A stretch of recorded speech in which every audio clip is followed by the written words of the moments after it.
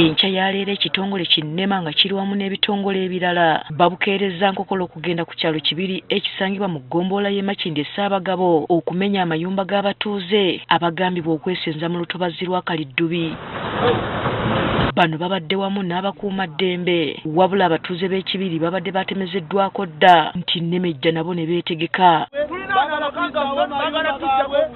Nnema ebadde yaakatuuka ku kyalo kino ate n'omukulembeze w'eggwanga ng'ayitawo ekintu ekiwaliriza abatuuze okwagala okumuyimiriza bamunnyonnyola ensonga zaabwe wabula ab'ebyokwerinda tebabaganyizza. Tuwadde kubanga pulezidenti muntu w'abantu tuwadde twagala tulembere kumpi amanye ekizibu kye tuyina. Abatuuze balabiddwako nga bayombesa Nnema okwagala okutwala ettaka lyabwe mu lukujjukujju. Kutwala ettaka ery'obwereere bagenda kuyitawo mu nguudo zigenda ku bizimbe kazi. Wabula babadde bakyayomba ne zireeta ekimotoka kiweetiiye nga kino kye kibagudde abatuuze ne baagala okulemesa ekimotoka kino okujja okumenya amayumba gaabwe. Ekiddiridde gabadde mayinja okuva mu batuuze. Poliisi kyekoze kwe kubaanukuza amasasi mu bbanga okubagumbulula. Wano abamu bazirise ate abalala ne bakuba emiranga egy'okumukumu wabula tekiremesezza Nnema kumenya mayumba gaabwe. Obwedda bakolima ng'eno Nnema weekola ogwayo ogw'okumenya.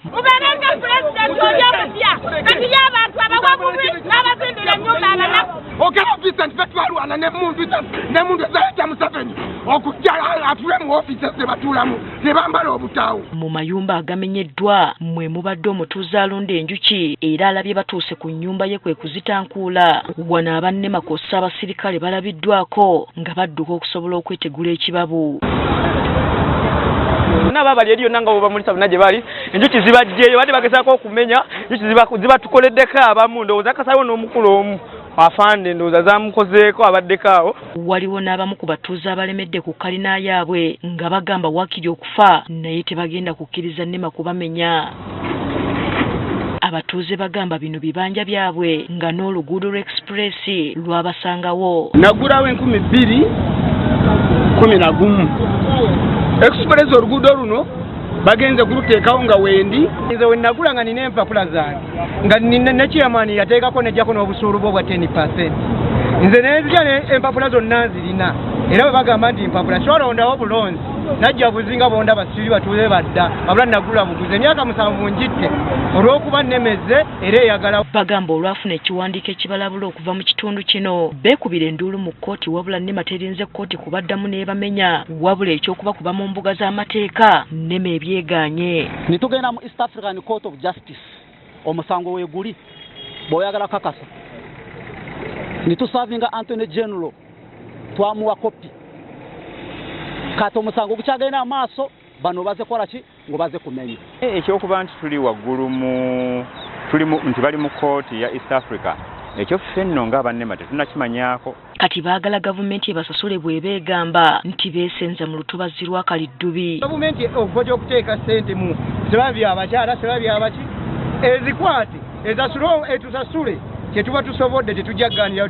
tetulina nteteeganya ya gavumenti etuyinza kugaanira. Okusinziira ku Williams Lubuulwa ayogerera Nnema abantu bano baalabulwa dda okuva mu kitundu kino nga tebannabamenya naye ne bagaana. Abantu bano bonna abakimanyi era twababuulira ne tubagamba ng'ate etteeka lituwa ennaku 21 zokka.